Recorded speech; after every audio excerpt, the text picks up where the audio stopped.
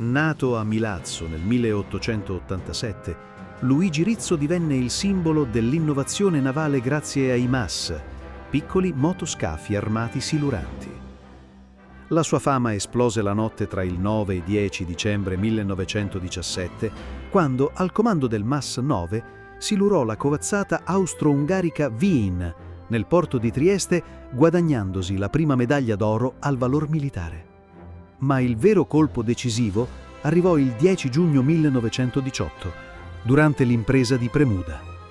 Al comando del MAS 15 intercettò la formazione navale nemica e affondò la potente St. Istvan, determinando lo sbandamento e il ritiro definitivo della marina austro-ungarica dall'Adriatico. Quel momento cambiò il corso della guerra in mare.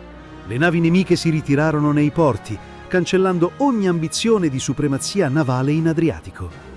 Oggi, il 10 giugno, la Marina Militare Italiana celebra la sua forza e coraggio con la Giornata della Marina, commemorando quell'impresa eroica che sancì la caduta del gigante austro-ungarico dall'Adriatico.